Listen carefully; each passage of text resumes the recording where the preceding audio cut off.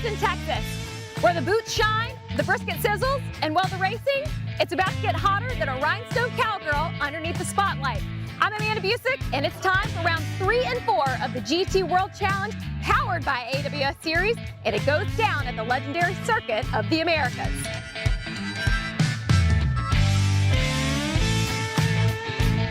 This track is no Sunday drive.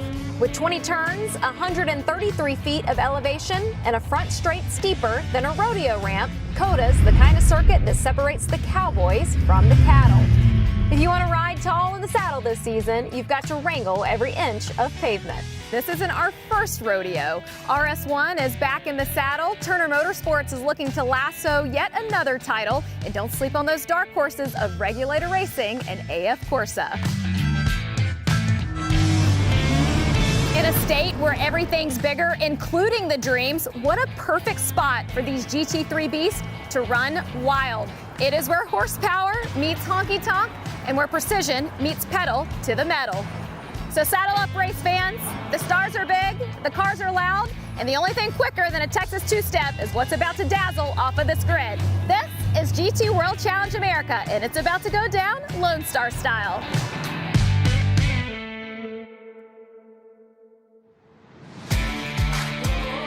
The GT World Challenge is lighting up the global motorsports stage, and with SRO celebrating its 30th anniversary in 2025, the series is set to be bigger and better than ever.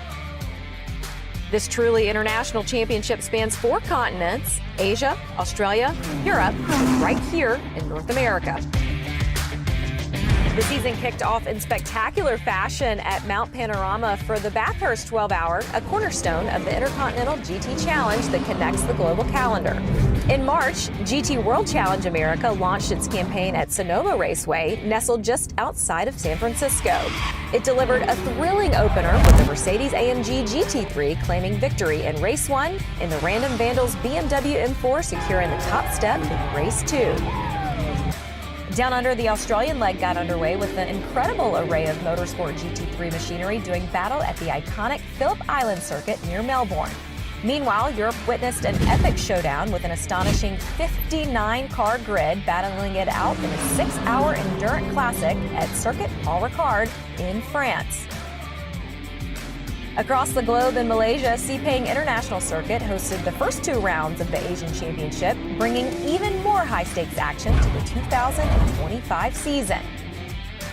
And now, all eyes turn to the Circuit of the Americas, a track designed with both drivers and fans in mind, combining the best elements of circuits around the world. Who better to guide us through this premier facility than our very own Calvin Fish? Well, it's so cool to be back here at Circuit of the Americas. This has been home to a US Grand Prix since 2012. It's an amazing facility here. You got the enormity of the stage itself. You got the Austin backdrop right behind us. And I'm here with Scott Dollarhite, driver of the number 6 Dollarhite Racing Ford Mustang GT3. Turn 1, we got this elevation change about 130 odd feet around this circuit. Most of it occurs, Scott, between that start-finish stripe and right up here at turn 1. How do you approach this corner? Oh man, there's actually a few ways to approach this. I would say the most significant thing about turn 1 is the elevation, how deep you can get on the brakes, which makes an incredible passing zone.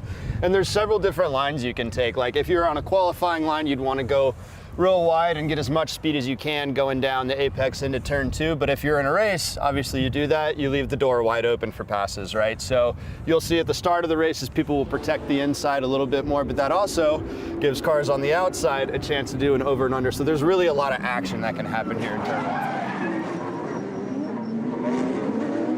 Well, since we left turn 1, we've had a quick Texas shower. It's absolutely doused this race circuit. Now it's dried out a little bit. We can talk us through this, very important. This is turn 12. Now we come out of turn 11, really important corner there. Get the traction, get the power down, get that acceleration run.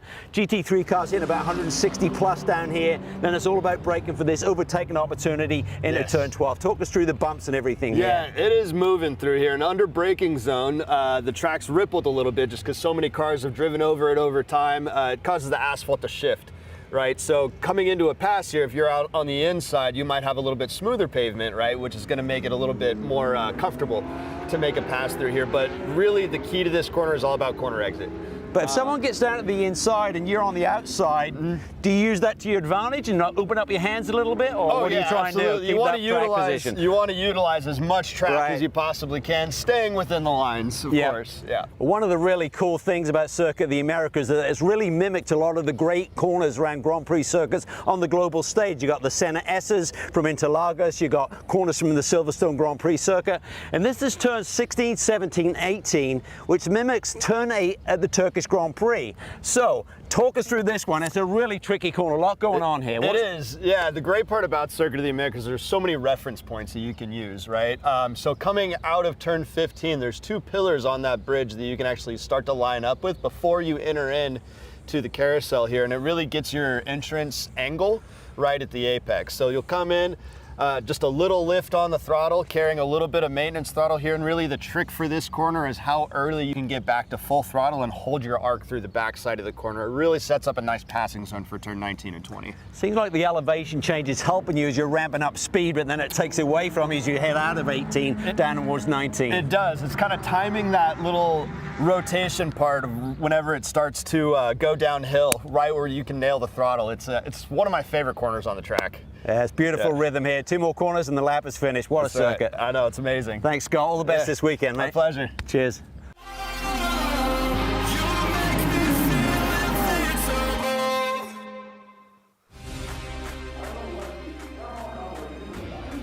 It is an outstanding place. Awe-inspiring, in fact. GT World Challenge America, powered by AWS, returns to its de facto home, Austin, Texas, and Circuit of the Americas. No rain on the track today.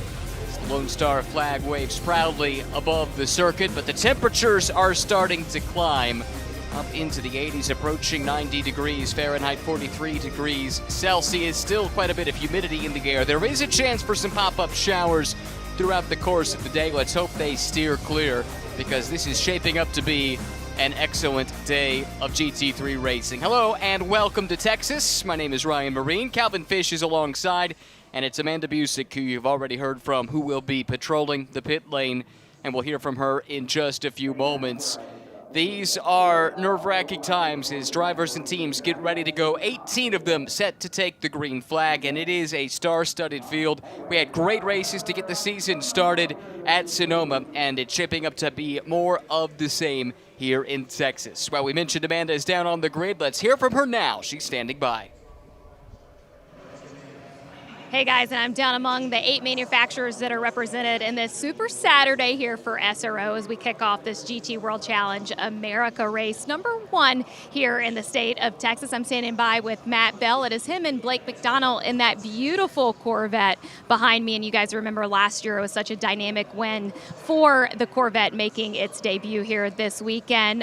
Some big shoes to fill. How are you guys handling it? Yeah, they did all right last year, didn't they? So yeah, we're just going to try and see what we can do. Obviously got a good setup base and some good data to go through. Old Tommy and Alec did a great job last year and set us up in a good place. So we seem to be going okay so far. There's some tough competition up and down the grid. You know, everyone seems to be stacked pretty close to each other, but we're going to give them hell and see how we get on.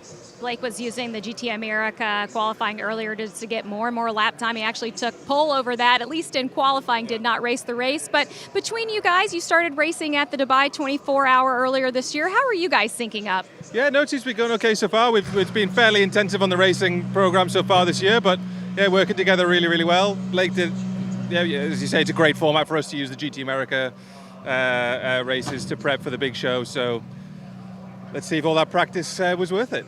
Well, we've heard some engines fired up here, and Matt, you already told me you wanted to get out of the way of these cars because you got to be somewhere in 45 minutes. So, guys, let me see if I can find someone else, but in the meantime, talk about this race. Oh, my goodness, so much to talk about. Great to hear from Matt there. It's already been a great 2025 for him. Back in January, won his class at the 24 Hours of Daytona. And returning here to Circuit of the Americas, or at least the team is. This was a big point in time for DXDT Racing 1 year ago. Their Pro Class car debuted, and they scored the first global win for the new GT3 Corvette at this event last season. They did. They came out with a bang and went on a roll, winning 8 straight and almost pinched the championship away from Wright Motorsports, but just came up a little bit shy at the end of the day. But to Matt's point, they have a great notebook to work from. They rolled off the truck very quick here this weekend. They're right in the mix once again. But as he said, this field is absolutely stacked. On the front row, we've got cars from different classes, but both of the 91 Regulator Racing duo and JMF Motorsports, they've seen victory lane already this year in their respective classes, so they're looking to double up and do what they did at Sonoma and keep themselves very much in the championship picture. A couple of Mercedes sharing the front row. If you joined us for qualifying, we talked at the time we were expecting the 2 Random Vandals BMWs to share row 2, but a post-qualifying scrutineering inspection found the number 99 car that was qualified by Kenton Cook on that second row to be out of compliance just by a small margin, but by such things are races and championships determined, and as a consequence, the 99 lost its qualifying times and will start at the back in both races. 18th on the starting grid. That wipes out a great qualifying effort in race 1 for Kenton Cook. It really does, and that affects both of the qualifying sessions. The car is only teched after both sessions have been completed, so it'll knock Connor De Filippi off his pole position, or off his grid position for tomorrow as well. Rover Pole Award winners in the various classes: Mackay Stevens, Philip Ellis, and Oz Negri in Pro, Pro-Am, and Am respectively. Let's see how they'll line up in the overall order.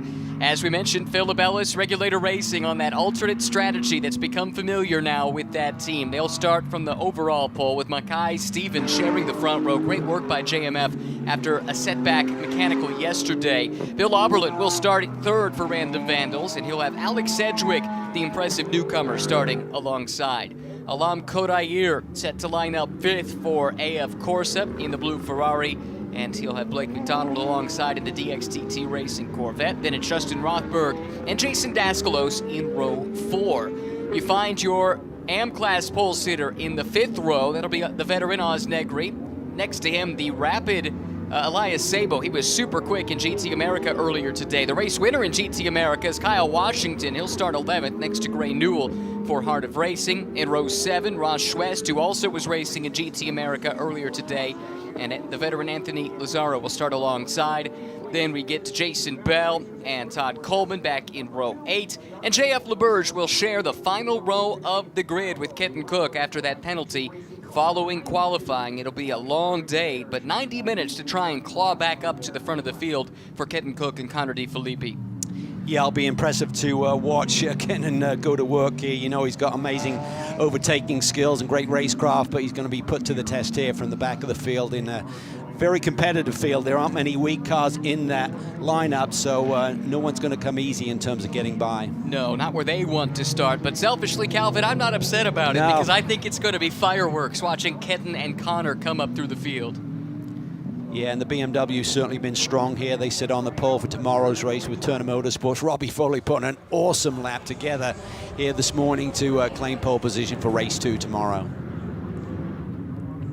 VIP set to wave the green flag.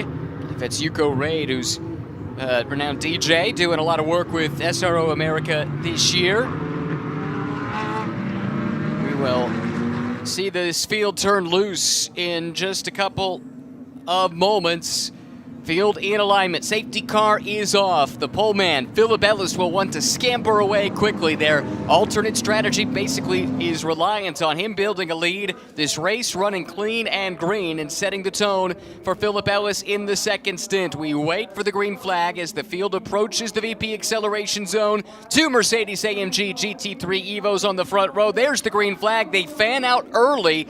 That's going to be looked at from race control, but Ellis is able to sweep across the bow and take that lead into turn number 1. Big move around the outside. That's McDonald, DXDT Racing. Meanwhile, a spin further back in the pack. Oh, I think that's Negri that's gone around, and a couple of cars stacked up and stuck there at the top of the hill in turn 1. Yeah, Kyle Washington, who won the GT America race earlier today, is involved in that, so that's a disappointment for them. Hopefully no damage up front. Philip Ellis off to a great start. This looks like it's Daskalos, possibly the CRP Mercedes, involved in that schmozzle as well. It looked like he might have taken some damage to the rear. Looked like that diffuser wasn't quite oriented properly. We'll have to take a peek back at it, but most of the field carries on. His first lap at speed. It is Philip Ellis in the Mercedes for Regulator Racing. Just behind Mackay Stevens, and then it's Alex Sedgwick. Yeah, Sedgwick having a good opening lap here. He got around Bill Auberlen. They were side by side up into the uphill, into the turn 1 area. Thought Auberlen was going to keep it, but he doesn't. And now it's a drag race down this back stretch. Comes Henry Corvette, looking threatening. Kodair in the Ferrari goes defensive. Here comes Rothberg as well. In the Turner BMW, it's 3 wide in front of them. Wow, that was second, third, and fourth on the road. Somehow they sort it all out, and the order doesn't change. Late lunge up the inside. Sedgwick trying to take the spot away from Stevens. Yeah, looks like that Porsche's come alive early here, and the young Brit is going to work with it. Auberlen looks to the inside, and that green and white BMW, 4th in line currently. Sedgwick had a great debut at Sonoma, sharing that car with Jan Hewen. Full course yellow here on the opening lap. A couple of cars unable to continue on. Lazzaro in the Mustang and Daskalos as well, involved in lots of debris still on the circuit that will necessitate a safety car intervention. Yeah, and this is not ideal when we talk about the reverse strategy that Philip Ellis has employed. He really wants a green run here, sort of like gap the rest of the field, gap the rest of the Pro-Am cars in particular, and give his teammate Jeff Burton a cushion to work with. So this is going to minimize that duration that he's going to be behind the wheel, a green flag running, and running quickly, of course. On the other hand, it's great news for Kenton Cook, who went from 18th to 9th on that first lap before the safety car was deployed. Now he gets the field all bunched up again and will get a chance on the restart to continue that charge. There he is. Rothberg is the next man on his list, immediately in front. Take a look at, see what happens here at the start. We saw Kodair, watch for that blue Ferrari about 4th row back. He suddenly flares out and breaks column a little bit. I'm sure the stewards will have a quick look at that. It's permitted right there, green is out, and he's already breaking line. And right. Then as we get up there, the front runners seem to get through okay. And then there's mid-pack, there's a bit of a problem here. Yeah, keep an eye on the back of the field. Lazzaro's on the very inside in the Mustang, but Heaven's in front of him. Yeah, Washington gets in the back of Daskalos, and that then gets him into Negri, turns him, and then Lazzaro got wrapped up in it as well, it looks like. Just the slightest of bump. There's such a compression there, and if you're up the inside, there's not a lot of grip, and if you ask for a little bit more from the brakes and from the tires in particular, they don't have full temperature, and you're easy to get into that ABS, and then suddenly no one's home in terms of arresting the speed of the car. Front of the car for Jason Daskalos looks okay. I did think I saw maybe some rear body work damage. Yeah, I think it'll be in the rear corner where he got nudged by Washington, then he was spun around, so he could have taken a second clip. I'm not sure. Now that's tough to see. Yeah, it wasn't like you run him over, but it was just enough to get into him that then pushed him forward into Negri, I believe.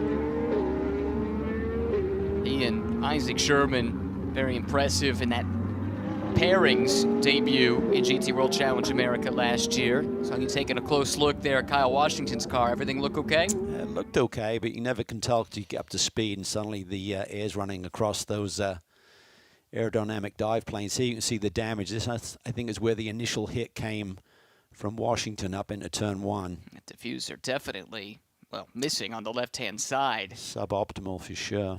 That will not make this car handle the way that Nick Short and the rest of the crew would like.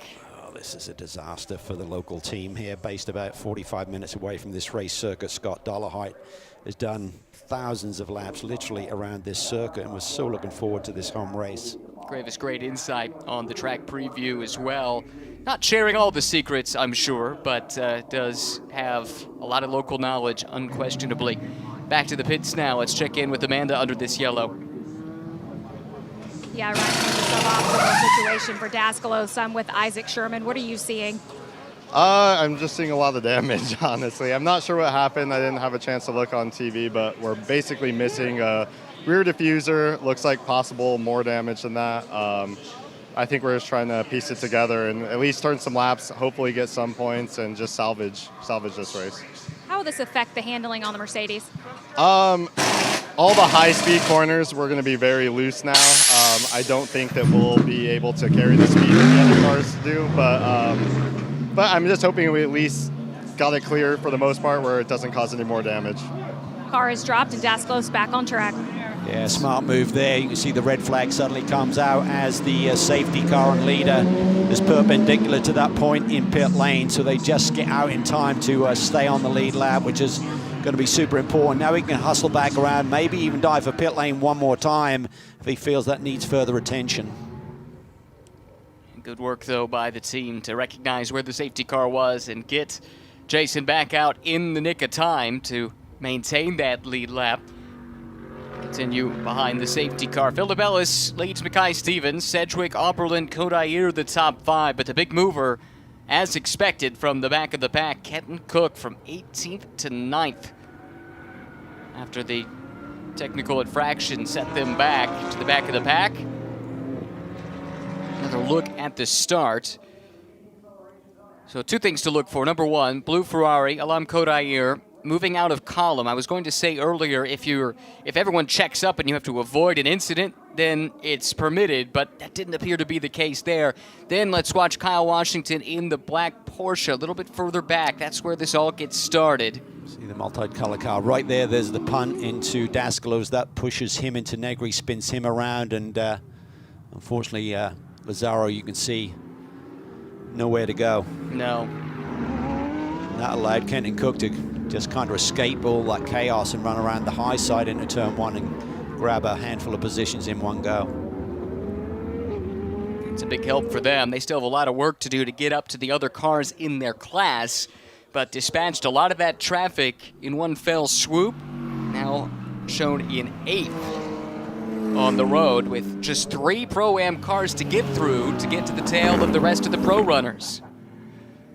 Well, that is ideal as they try to recover from that bit of misfortune. And it's interesting, the shoe on the other foot within that Random Vandals garage, because you'll recall at Sonoma, the sister car, they had a clutch issue in qualifying. They had to start at the back of both of those races, and they were the stars of the show driving up through the field. Now the sister car has similar misfortune, but I guess it was proven it can be done at Sonoma, and this would be an easier track to make that kind of progress on. Yeah, I think that's a great thing about this race circuit. It's very raceable. You can certainly go side by side through a number of the corners. You've got some big heavy brake zones up into turn 1, down into turn 12 are the 2 main opportunities, but you can get creative to really defend the inside line here. You compromise a lot of lap time, so typically you find guys trying to find a halfway point in terms of that line where you're defending a little bit but not giving away too much lap time, and people can't force their way through here. Lights off on the safety car, so the cleanup is complete. We continue on with all bar 1 of the 18 cars that started this race. Race control reviewing the incident, reviewing the start as well.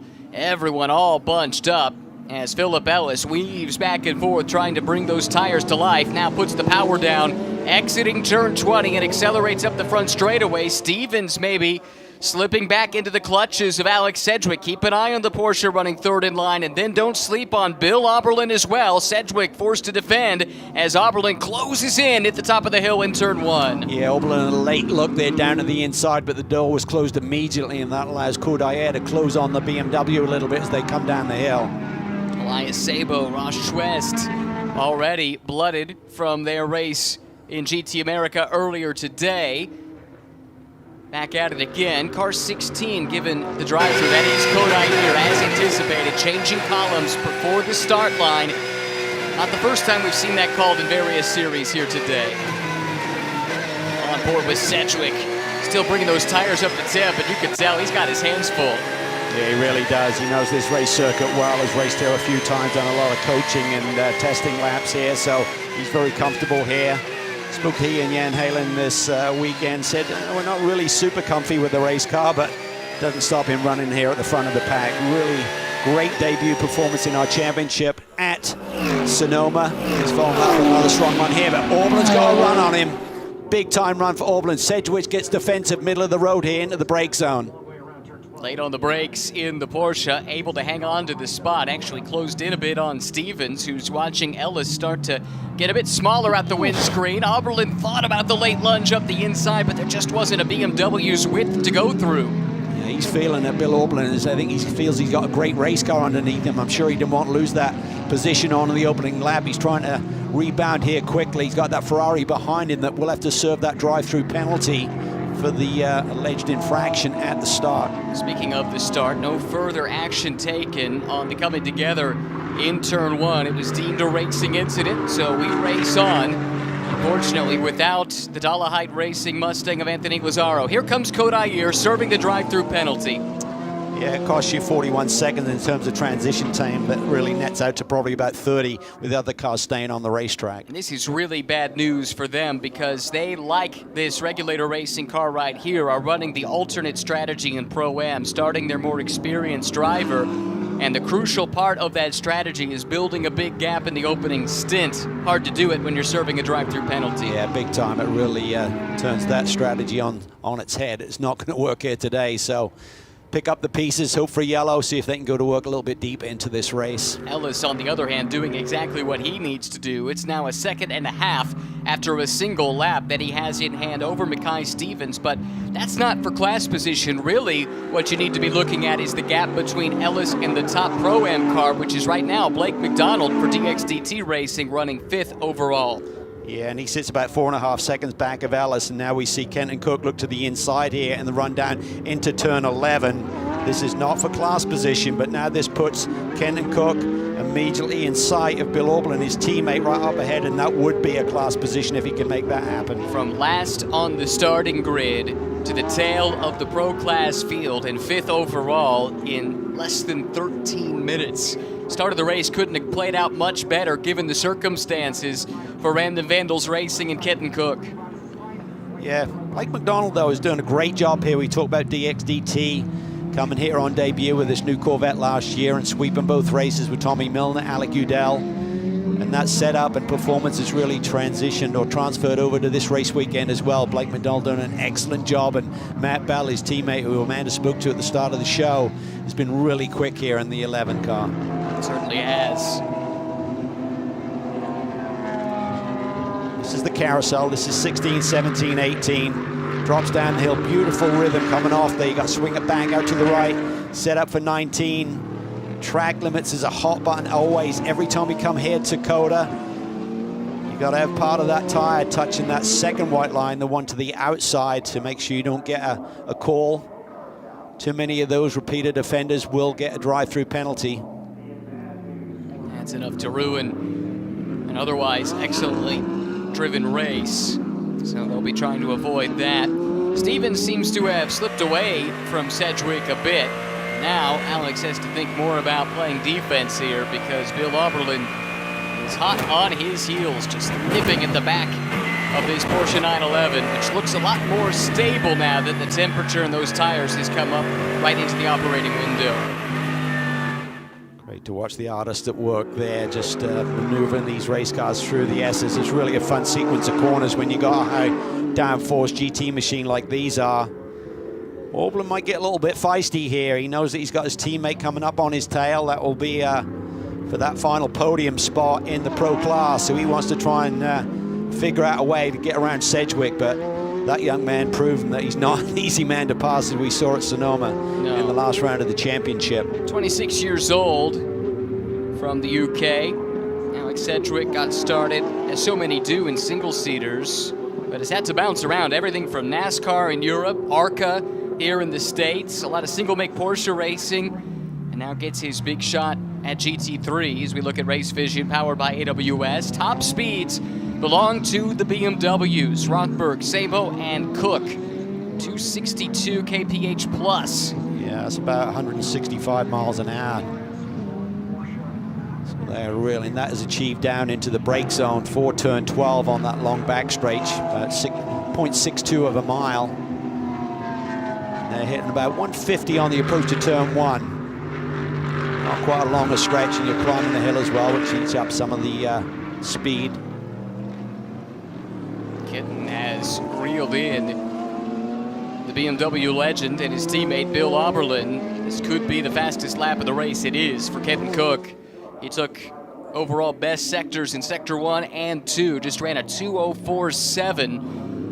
And in so doing, has erased the deficit now just about completely to the rest of his class. Yeah, put that in perspective. Our leader overall, Philip Ellison, leader in Pro-Am, ran a 2:04.891, so they're pretty evenly matched, but he does have a slight edge. But He's really focused just on the 3 cars immediately in front of him. Yes, overall wins are nice, or the overall lead is nice at this early phase of the race, but he's focused on the pro cars that he's in a championship battle with, including his teammate Bill Aublin immediately ahead. Curious to see how the team will play this. This is new for them, having not run multiple cars at the GT3 level before. That said, they're no stranger to running as many as 3 in Pirelli GT4 America. They'll have 3 in today's 3-hour endurance race here at Circuit of the Americas that runs into the twilight. Yeah, I don't think it's way too early in the year to really think about any team orders, and Bill Aublin and Varun Choksi, they certainly want to get the job done. That's Varun's screen left, Paul Sparta, the team owner, sitting there, screen right. Got to be pretty satisfied with the start from the back of the pack for Kent and Cook. Remember, they are the championship leaders coming into this early phase of the season. Yeah, the team lamenting the fact that we're talking matter of millimeters in terms of the ride height infraction that set them to the back of the field. But to their credit, they've put their heads down, dealt with it, and things have fallen right into place for Kitten Cook. He was right in the middle of that melee, but emerged out on the other side, and that really set the table for this rebound. Yeah, ride heights on these race cars are so important. Typically, the lower you run the race car, they're more stable. They're not rolling around and moving as much. And the other thing that can happen here, if you really abuse the curbs, it can really compress all of the suspension system, the shock, the dampers and everything. Spoke to regulator racing, Stefan Pfeiffer, and he said, we regularly put the car across the tech pad to make sure that we're just on the right side of that. It seemed like the Random Vandal boys in qualifying wanted the ultimate out of their race car and just ran outside it. I think it was literally about 1 millimeter was all it was outside, but that's enough to get you pushed to the back of the field.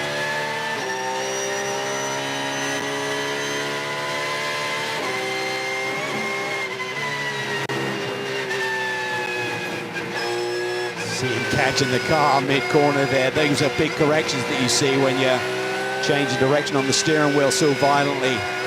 Great car control here by Alex Sedgwick. You see the amount of curbs that they run there through 9 and plunging down through turn 10 into that brake zone. Speed into here is almost 150 miles an hour. It's almost the same speed as the approach to turn 1. Sedgwick giving that car a good ride. Big opportunity for him. And to have Jan Halen, the experienced Porsche vet, as the teammate to learn from, share data with, that really sets him up, I think, for a breakout year. Yeah, it truly does. Speaking of Jan, he said, you know, we're a little tight on finances here. He said, I'm hoping I can keep this role in terms of being brought in here to support the program for as many races as we can. But he said 1 race at a time, results will certainly factor into that as well. Good little team. We've seen them win championships before in the pro class. Look at there at Robbie Foley, who has pole for race 2 tomorrow. Put in just a stunning lap in qualifying and snatched the pole by 8 thousandths of a second. Yeah, and they just got to look at the big picture right now. They're about 10 seconds back of the overall leader and their leader in class, Philip Ellis. So Foley's just trying to do the math, like how much longer before we can get in. I think the earliest you can pit and really is a 50-minute maximum drive time. So with 51 minutes and 16 on the clock, you can see we're right at 70 minutes right now, is the earliest point that they can do that driver change and for Foley to go back out, meet the minimum pit stop time, and then still be under that 50 minutes to the 0 point on the clock today. The majority of the Pro-Am field is likely to take that approach. Now, the flip side of that, of course, is Philip Ellis out in front, and then Alam Kodair, who's trying to recover from that drive-through penalty. They'll want to extend the opening stint with their fast driver starting race number 1. Absolutely. What they would love is for Kodair, they really need a yellow to compress that field so he can stay out there and make a little bit of hay. For Philip Ellis, he just wants it to stay green. Extend that margin, give his team and his co-drive as much time to work with as possible. It's going to be tough, though. Always is. Championship 1 year to the next seems to ramp up. Great fresh blood to come in and challenge some of the established teams. Amazing to see what Random Vandals has done in a short amount of time. And then for JMF to come in and win on debut at the GT3 level at Sonoma, that was really eye-opening. Let's not forget, they lost a lot of track time here yesterday with a chassis suspension issue, where one of the pickup points on the right front suspension pulled out. Had to work deep into the night. 1 a.m. we believe is the time that the crew actually left this race circuit last night to get that car ready for a hardship lap this morning. You can see Mackay Stevens has certainly rewarded them with a great one in qualifying and leads the class at the moment. Yeah, he's doing a great job. First time for him racing at the GT3 level is here this season. Longtime member of the JMF family, having delivered race wins and competitive runs in Pirelli GT4 America over the years. Now gets this big shot to step up and compete in the big show. Let's get a report from Amanda down pit side.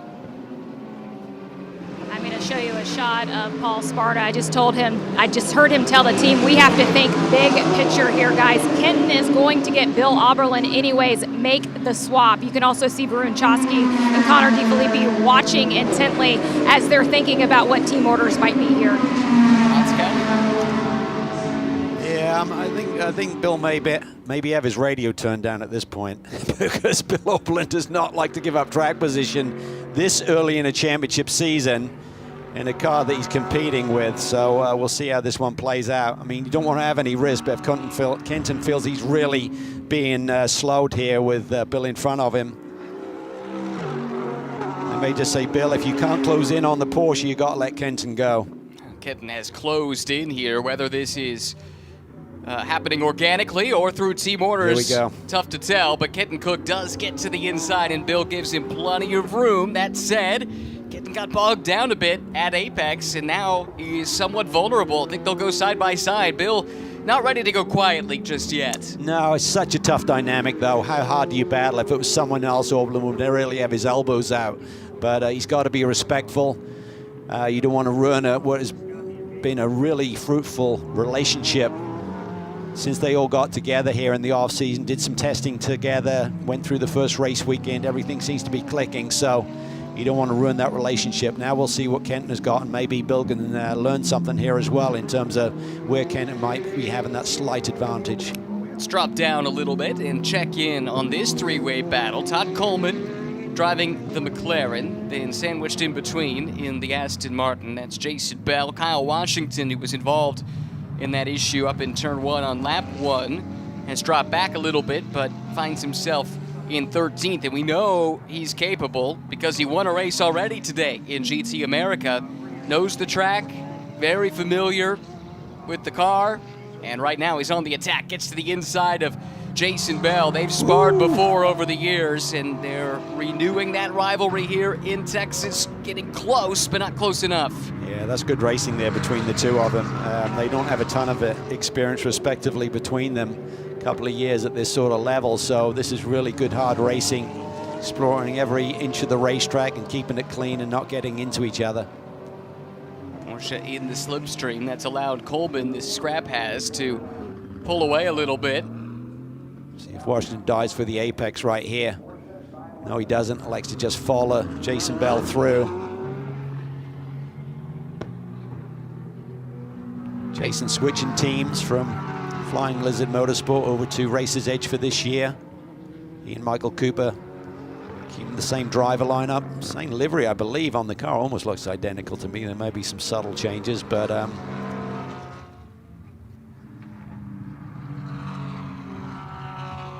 Jason suddenly gapped Kyle here. He's got really good lap going here and closed right in on the McLaren. Sure has, although now Coleman starts to stretch the legs a little bit. And look, you're going to have some of that yo-yo effect when you're comparing three very different platforms, as Washington does lunge to the inside. This time will try and slot in between the McLaren and the Aston, and he gets the job done. That was opportunistic. It was. It's a wide corner. The only problem that you got to make sure you do is let that McLaren clear the apex. You run out of room, you're suddenly committed, and there's nowhere to go. But I think there was enough gap between all three cars for that to work out nicely. So Carl's on the attack.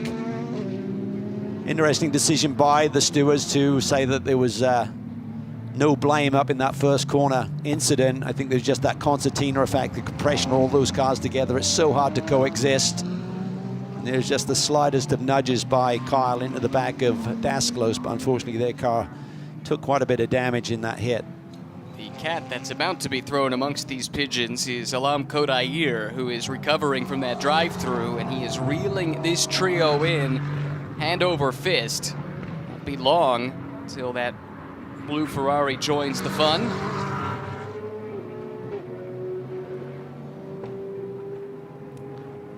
Using all of the road there on the approach, just trying to widen that radius through the corner, get your hands straight, get back to power sooner. There's lots of landscape to explore out here at Circuit of the Americas through the majority of these corners. Incredible facility.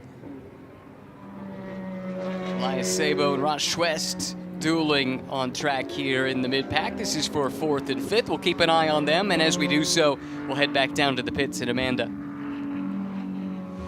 Yeah, I just want to add a quick little ad on Racer's Edge and Jason Bell. It was announced last Friday that John Meraki was going to sell off into retirement, and the news on Instagram was flooded with messages from drivers that John Meraki has been with throughout his career. Ashton Harrison throwing a message of support along with Mario Fahnbarker, but it is Jim Patton now at the head of Racer's Edge. He's been a stable in that team as well. But Jason told me that he was made aware of that in Long Beach, but very thankful for John Meraki in his own career when they paired up in 2016 and Jason was able to grab his first race win. Yeah, that's a really good point. He drove the Sin GT4 for Racer's Edge back in 2016. Right. Yeah. Did get that victory famously. John's done so much to support young drivers over the years, and the list is long of those that he's helped. In the meantime, Washington on Coleman picks up the position. We're also getting word of a penalty that's coming to this McLaren, a 10-second time penalty during the pit stop for a pre-race procedure violation. There's a few things that fall under that heading. So essentially their time on pit lane would be 86 versus 76 for the rest of the field. That's a heavy blow, but it's certainly less painful than a drive-through penalty that costs you about 30 seconds. Yes. Ross Schwest, he smells blood in the water. Sabo slipped a little bit wide. And here comes Ross Schwest. Just doesn't have enough in a straight line. That BMW InPower is pretty stout. It Drivers really have been is. talking about that all week. It is, but Sabo took a very shallow approach to turn one. That doesn't give him the exit speed, and Schwest is right with him immediately, but you're right. Certainly BMW versus Corvette. The advantage is with the BMW on the long haul up the front straight here. Just getting clarification on the ADA issue there. The car's up on the jacks beyond the cutoff time. That's why they're getting that 10-second add to their pit stop time today. Sabo's got his hands full, doing just enough to keep the Corvette behind. Correct me if I'm wrong, but I think Elias had the fast race lap in GT America earlier today, so he'll have pole position for the second race in that championship here this weekend tomorrow. Not thinking about that right now, though. Man who'll have to fight in that race is just behind him here. Ross Schwest closing in once again. Yeah, Schwest has been really tidy here this weekend in terms of his racing, and probably a little frustrated. I'm not sure if they got that car stacked with downforce, if they could trim that car out and not lose the car balance yet, give it a little bit more straightaway speed. There's always a trade-off between downforce and aero efficiency, of course, down these long straightaways. There's a real dyno run between turn 11 and turn 12. It's a good point, because he had that duel in the GT America race with Memo Gidley in the Audi, and it was the same story there, where he could close in right through this section of the track and look to have a little pace in hand, but in terms of having the grunt to get alongside into a brake zone and ultimately make a passing attempt, it just wasn't quite there. Yeah, and I think they're also got to factor in sort of like what we call the balance of performance, where adjustments are made technically to even out the field. And, you know, DXDT debuted that car with 8 consecutive victories, and I think they did take a little bit of a hit at the end of last year, so that could be factoring into the performance this year versus last. It's also a new car to this team. They've campaigned the Mercedes in the past, but making the switch to the Corvette for 2025. Up and down weekend, I think it's safe to say, at Sonoma, not just because of the elevation at the track, but here he comes. Yeah. Oh, what a run. Sabo has an issue. Yes, he does. Just did not accelerate off turn 1 for whatever reason. Stuck in the wrong gear, maybe? We'll see how it plays out if he can get back up to speed, but definitely did not launch off the corner. Well, credit to Ross Schwest not getting caught out by that. He had the car in the right position to be able to sweep by and take over the 4th spot in Pro-Am and 3rd on their strategy, crucially. Yeah, I think he's almost, doesn't sound right. He's not on full song when he's going back to power here. See if Amanda can track down that information for us, because yes, just on board here, car does not sound healthy. Bray Newell just made quick work of Elias as well.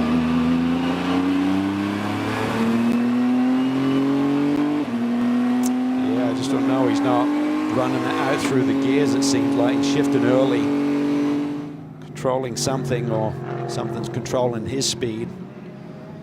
Either way, certainly looked to be a promising weekend. They tested here recently, really had a lot of confidence coming into this weekend. Flying Lizard did with that BMW, and Andy Lee, his teammate, has set some really fast times here this weekend. I'm sure he's going to be gutted unless they can get that car fixed and stay in the mix here. Hate to see it. Team has made big strides one year to the next. It's 6 minutes away from the earliest pit stops where you can do that driver change and not be outside of the 50-minute max drive time. This has quieted down a little bit. Steven Sedgwick and now Kenton Cook, who has been able to keep pace with these two, while Bill Auberlin has fallen back just a tad. Been chasing setups a little bit at that Random Vandals camp you were saying to me earlier. Yeah, they tested here last week, I think it was, and they went in different directions with the spring setup in terms of soft versus stiff. And Bill certainly felt they had potential, as we now see Sabo finally getting back to pit lane. And they also had an issue with the battery going bad yesterday morning. So they've been on the back foot a little bit, and that's all it takes here. Let's get it to Amanda for an update on Elias. Yeah, we can see Elias coming down here to the pit box of the A crew of Flying Lizard and talking to Darren Law. He said that's an electrical issue. They're not exactly sure what is happening. I did see the BMW engineer run down pit lane as well to plug in to figure out what's happening with this race car. So frustrating. So much of a modern race car is tied up in those electronics. Yeah, he went to some hose clips there. That could be the turbo hoses there, so maybe something's a little bit off there as well, not getting full power. Tell you what, Kenton Cook's done more than just hang with this leading bunch in the pro class. He has, in the last lap or two, run down Alex Sedgwick, chasing the rear of that Porsche 911, it would seem.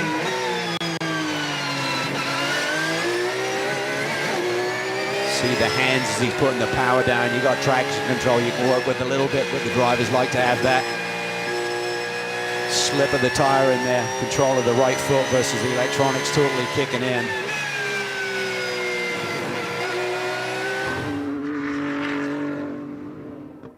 Awesome stuff from on board the RS1 Porsche, approaching the de facto pit window.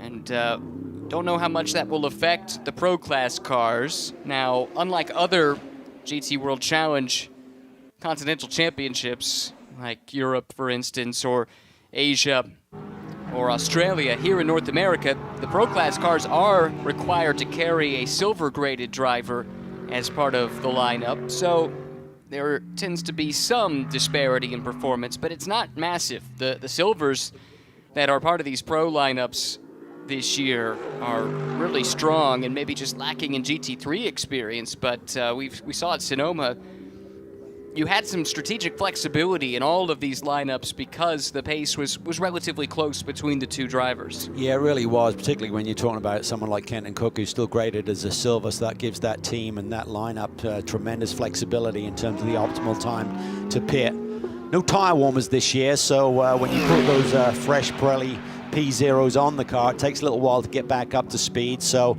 we used to call it the undercut, where you pit as soon as you can, providing you got a driver who's got equal speed. That would give you fresh rubber potential advantage. Now it almost seems to swing the other way with the overcut by staying out there, even on worn rubber, will be a little bit quicker than the outlaps, getting the Pirellis up to temperature.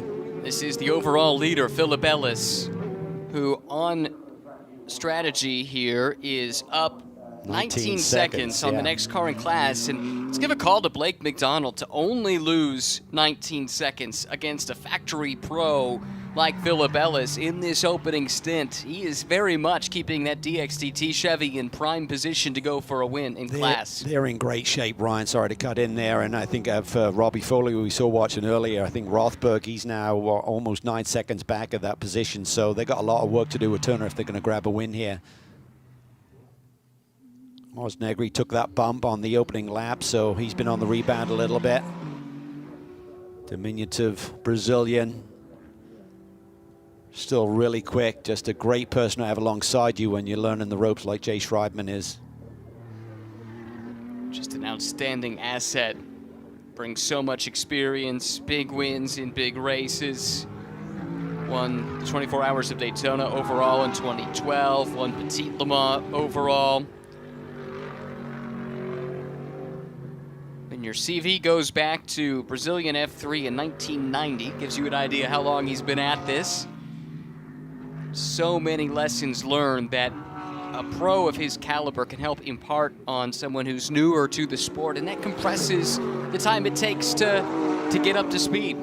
It really does. It can really fast track your ability to compete at the higher level. So I think Jay's picked a great guy. They've got a great team, of course. They, of course, know these Ferraris like the back of their hand. So they got all of the tools in place. There's not many cars in AM this year, but certainly super competitive with a couple of cars. Unfortunately, we saw the Dollar Height Racing entry out early in the going. Yes, and crucially, they will not make it to halfway to score points. Now, they ran as a Pro-Am entry at Sonoma, so they're already in a pretty major points deficit. I'm not even sure they're thinking about it. Meanwhile, Kitten Cook is on the attack now. Gets alongside Alex Sedgwick, and the corner might just be his. Oh, it's really tight. Sedgwick forced him down up onto that curb, and it was just enough to keep the Porsche in front. Yeah, it really was, and Kenton had to really jump on the brakes and really eat up that curb to not have any contact with the Porsche. So Alex has been pretty aggressive here and forceful in his defense, what he's certainly entitled to do, but he's got to watch he doesn't get a bump, even if it's someone else's fault. If you're spun around, that can really ruin your day and open up the door for Bill Auberlen to suddenly grab one of those top three positions once again. Jason Daskalos is in the pits. Are we in that window, Cal? No. This is for repairs then, presumably. Yeah, I think it's for repairs. 51.16. Well, you could come in and just sit longer. That would stop the driver going out to exceed the 50 minutes, but we're about literally 10 seconds away from hitting pit lane now. Executing the perfect pit stop, which is 76 seconds minimum stop time, and then getting that second driver out and having 50 minutes or less to play with. Should note as well, Elias Sabo has returned to the race. This is the pit stop. It looks like it is maybe exactly what you forecasted. They're electing just to go ahead and get it done and get Isaac Sherman in. But Sabo, I guess the issue is a throttle issue of some description.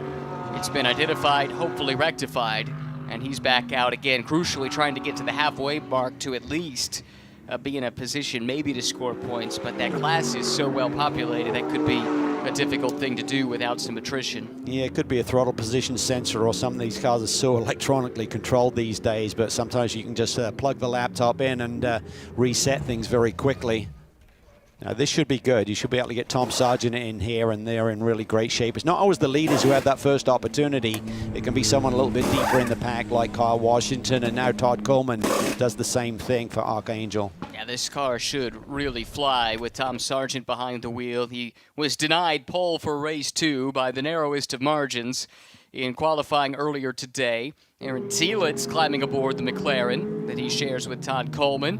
And this battle continues to rage. Sedgwick has to be sick of playing defense. Did a lot of it at the tail end of race 2 at Sonoma. Very nearly held on to get the big win. Had to settle for second, but big things seem to be coming. And right now, he knows how to position that Porsche to make it impossible for Kenton Cook to get by. It seems like Bill Auberlen's balance has come in again. He's the car immediately behind this pair, dicing it out. He just laid down his fastest lap of the race, 2:05.2, which mimics the lap that Philip Ellis just did in the lead. Sedgwick dies for pit lane. Going to turn it over to Jan Halen. Again, you talked about it, Ryan. Some of these teams are so equally matched with drivers. They have that flexibility. also turns Kitten Cook loose, puts him in clean air really for the first time in the race. So I'm curious to see what kind of pace he can unlock. Philip Ellis has caught some traffic, and oh, that got really tight. This is not ideal. He really wants to execute and not have these laps where he's balked a little bit. Jason Bell doing what he can do. You can't just hit the disappear button. You're in this fast sequence of corners. And I think it's now Michael Cooper in that car. This is an out lap. Okay. So he's on cold tires, but will be wanting to fight because these are cars in the same class. So if he can delay Philip Ellis, then he might have the chance to eventually catch Jeff Burton once the pit stop sequence is complete. I know timing says it, but it says he's on an out lap. Okay. So that's why I assume they must have done a driver change. Yeah, and they did it at 76.36. So yeah, they're right on the number there. So I think you're spot on. Michael Cooper on cold tires. He doesn't want to go a lap down to the overall leader, and he's going to do everything he can. And this is going to be dicey here. Philip Ellis on the rubber inside of the racetrack. Cooper doesn't want to give it up to him. Just waiting for those tires to come in. Philip Ellis is saying, what are you doing to me? Got the lead of this motor race. I bet the rest of the Pro-Am class is going to be looking for Michael Cooper's address to send him a thank you card. This delay is exactly what they need to try and get back into the race here in the second half. Any time lost by Ellis makes the job that much more difficult for Jeff Burton during his stint. Yeah, and Cooper just wanted to stay on that lead lap. Should there be a yellow, that will cycle him back around to the tail end of the pack. He could have been in great shape. So it's hard, though, when you've got someone like Phil Ellis who's totally into his rhythm, and you're out there on cold Pirelli P0s to hold him off like that without costing a bundle of time. Jan Halen installed for RS1. He's on his out lap now. First of the Pro Class cars to blink and make the call to the pit lane. Here comes the next one. This is Bill Auberlin in. So this is interesting. This is a show of faith in Varun Choksi. They could have extended Bill's stint, but Varun has been really impressive in just his second year of GT3 racing. Yeah, he really has, particularly race 1 at Sonoma. Race 2 is a little bit more difficult for him with the track position and the traffic that he had, but race 1, he was right there with all his more established and experienced teammates. So the young man from Alpharetta, Georgia, has really been doing a great job in this transition. He's loving life here at Random Vandals. Wondered what Kitten Cook could do in clean air. Just ran a 2:05 flat and is very competitive. Fastest car on track, in fact, on that last lap. Now, a lot of cars were in the pit lane on the last lap, but nevertheless. Talk about that last lap. Ellis lost 2 seconds on that traffic lap to Michael Cooper, so 2:07 flat for Ellis. That's huge.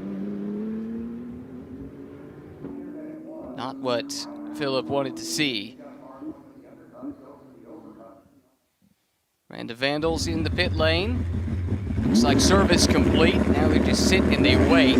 Fist bumps there, because if you're sitting and waiting, that means you did the tire change, the fuel, and the driver change at an efficient clip. Here comes Halen through, and he will hang on to that position. Choksi out of pit lane, just underneath the minimum, so that'll be multiplied by 10.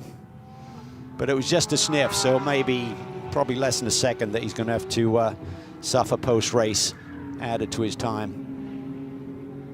Keep an eye out for official confirmation of that, but if you are short of the minimum by less than a second. 2 seconds. 2 seconds, excuse me. That's new this year. Yeah. They multiply the amount of time that you came in under by a factor of 10. So I think in this case, yeah, we're looking at roughly half a second. And that will be added to their race time. And here comes Kitten Cook. They're kind of splitting the difference with he and Conda Di Filippi. I mean, what you do run the risk off if you stay out is a safety car and losing all of that. So Random Vandals electing to bring him in. They'd love a yellow right now. That would be perfection. Stevens stays on track, only Pro Class car that has yet to pit. And of course, Philip Ellis and Alam Kodair, they will extend this as long as they can to maximize their more experienced drivers' track time. Darren Turner, he's in the Heart of Racing Aston, shown in 11th. We'll see where they cycle through to. He's got the rapid Tom Sargent hot on his heels. Pit stop underway. This is Conda Di Filippi climbing in. Kitten Cook with the red gloves and Multicolored helmet climbing out. His day's not done, though. He's got 3 hours of GT4 racing still to come. Yeah, busy day for a lot of these drivers pulling double duty with the 3-hour Enduro, which will be a lot of fun here this evening at 5 p.m. local. Good execution, it would appear, for the Random Vandals team. Time look okay? This is what we were talking about. Yep. Half a second, roughly, for that short fill, or short stop, rather. Yeah, so 500s shy of the number, and that's, you know, it's just trying to cut the margins extra tight. As we said, you got 2 seconds to play with there. You don't want to be 2 seconds off, so that's a 20-second add-on at the end of the race. This is for position, so the Random Vandals car came out in front of the RS1 Porsche, but it's on cold tires. Jan Halen looking aggressive, not normally a passing zone, but he knows he's got to go and go now while he has the tire advantage. This could be ugly. Both these drivers super aggressive here. Connor De Filippi trying to hang on. Jan Halen, the Belgian, to the inside as the leader in the Pro Class hits pit lane. Jan looks inside, covered off by De Filippi. Halen should have the preferred run through this corner. Does that set him up to put the power down and get alongside the BMW? If he's going to take advantage of it, has to be soon. Those tires are almost up to temp now. Yeah, that's why it's so important for De Filippi to be super aggressive, to be really brutal in his defense there, to hang on to it. And then he's got the power of the BMW down the straightaway. Jan Halen's still got harder tires, though, into this brake zone. He should still have a little bit of an advantage, but it is going away corner by corner. Remember, this BMW started at the back of the pack. What a rebound from Random Vandals right now. This is the fight for what we think will be second on the road. Oh, this is a big move up the inside. Beautiful. But can Halen keep it within track limits? Yes, he can. Put the Porsche back up in front of the BMW. That was just sensational racecraft there by Jan Halen. He knew that was the opportunity, otherwise that BMW would get into his rhythm. Now he's got 42 minutes to try and hang on to it. This is going to be a long stint for Jan. Have fun with that, Jan. Hungry and now maybe a little bit angry. Connor De Filippi is nothing to be trifled with. Grenier is out of the pits now in the car Mackay Stevens started. This pairing is going to catch them quickly, and it'll be a similar situation with the cold tires, but Stevens did well. His pace was good in his stint to come out solidly in front of these two. Yeah, really good. So that's where the overcut can work, where you're staying out on tires that age but still got good pace. That's the great thing about the Pirelli P0. We see as the car get lighter as the fuel burns off. They seem to maintain that pace in the tire and performance in the Pirelli, which is really great for the overcut scenario that we just saw JMF work with.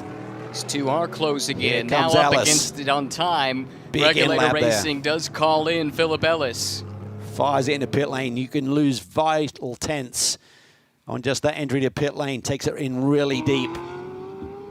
Jeff Burton will find himself in a not unfamiliar position of inheriting the overall lead from Philip Ellis. This has been something on this strategy they have done several times over the past season and a half. So he's kind of really close as Kodair. He's still out there in that Ferrari, so he's trying to extend it. Here we see the battle. De Filippi with the power down the back stretch, tries to squeeze Jan Halen as they get to the brakes there into turn 12. Really tight nip and tuck between the two. De Filippi through, Halen fighting back. Covered off nicely by the American BMW factory pilot. Connor De Filippi gets the move. And now Jan Halen will try and chase him down. He's in pit. That's Philip Ellis. He's out. Jeff Burton is in. Now it's his job to hang on. They need this race to stay green because he's up against all the pros and virtually all of the other Pro-Am cars now.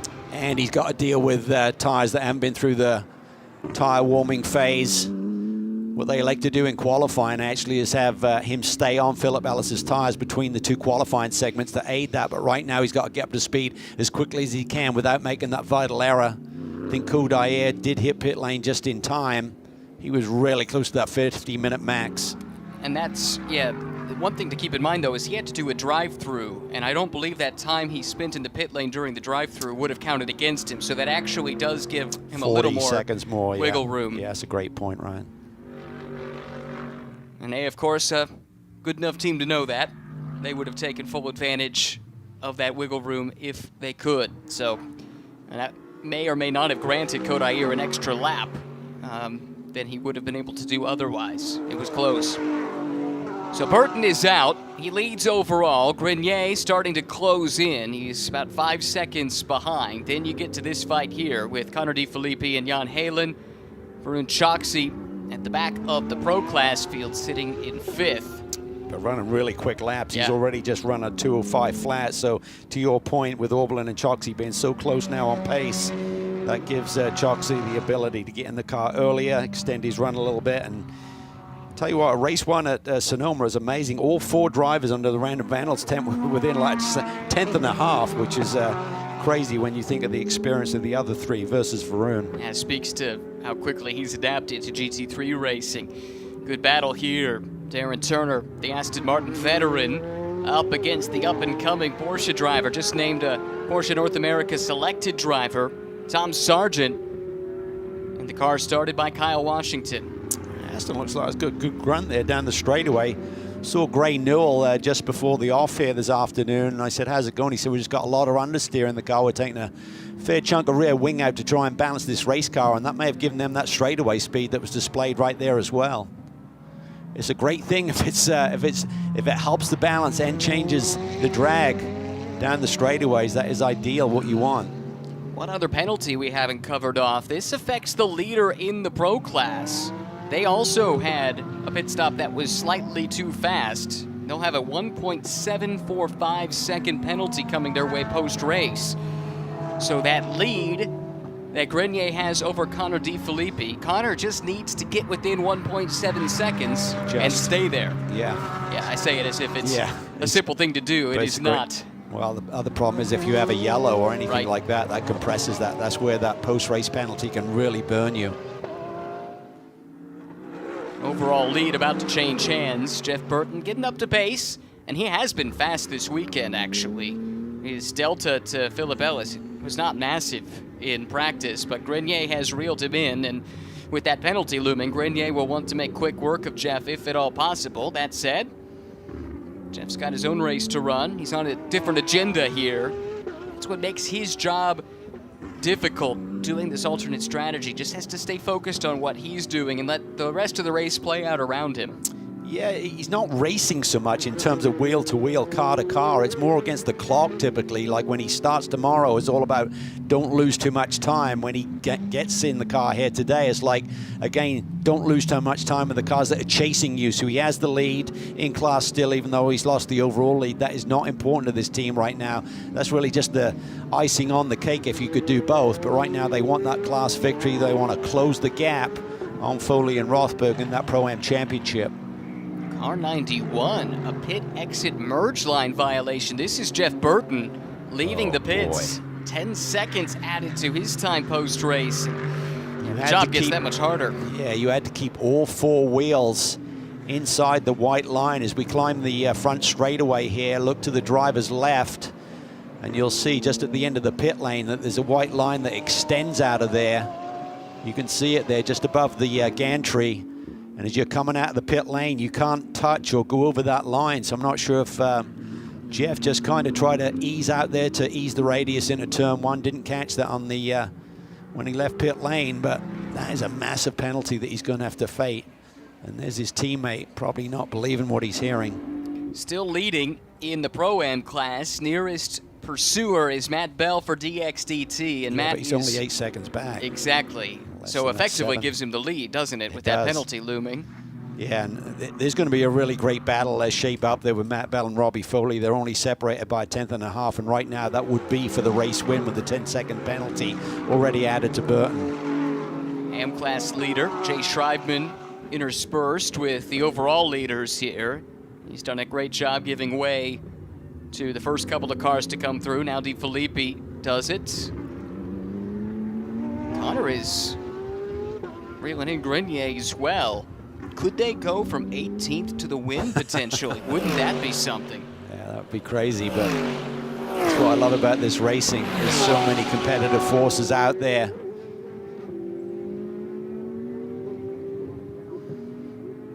You see the speed traps. That is right in my calculations. I'm pretty sure that's right at about 165 miles an hour. That would be down into turn 12. 4 BMWs and the 1 Corvette on the Race Vision powered by AWS. That's Connor DeFilippi putting the pass on now the Pro-Am leader, Jeff Burton. That was for second on the road. Jan Heylen will be next to take a shot at Jeff. And right here, Jeff is just trying to lose as little time as possible. With the penalty coming, doesn't necessarily look like this is going to shake out to be their day. But they have used this strategy to snare a couple of wins over the last few seasons. Already won this year. And that has been part of the equation that has seen Jeff turn in his best seasons of GT3 racing back in 2024 and here early in 2025. Yeah, it's tough. It's really hard to stay disciplined. I'm sure that they really talk him through this scenario. That's a tough spot right there. Yeah, Jan Heylen won't want to be patient here, but he almost has to. Jeff's got a pretty good car position. It's not an easy place to go, side by side. Heylen to the outside and will make the pass. Yeah. You just know that one little touch through those high-speed S's, you're going to send that other car for a big, big ride. Consequences are huge there. Down to pit lane. Let's check in with Amanda. Well, as you said, it might not be the day for Jeff Burton, but it might be the day for DXDT Racing in that Corvette. I just talked to Blake McDonald, and he kind of tried to calm me down a little bit and say, shh, he does not want that announcer curse, but looking favorable over here, and Blake did an excellent stint. Correction on that. He's now only just lost that lead when you add the 10 seconds. So I think I was looking at interval versus gap there between Burton and Matt Bell. So right now as it sits, Bell would jump up ahead. Yeah. Here he is. His car is flying. This is a magic place for DXDT Racing for whatever reason. Announced their presence in the pro class in a big way with a couple of wins last year as he goes inside Jay Schreibman. Yeah, they're in great shape here. He's got a healthy lead over Robbie Foley. He's been flying here this weekend in the Turner Motorsports BMW, but after that great opening stint by his teammate Blake McDonald, has really set the table nicely for the Brit behind the wheel now.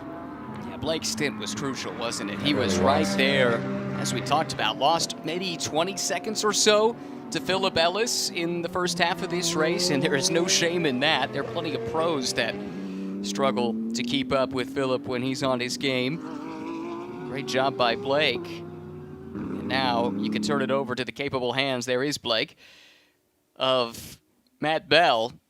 And with the penalty coming to Burton, and that is also a sister car or a cousin car. I'm not exactly sure how they want it referred to. They run out of the same shop but are in some respects separate teams.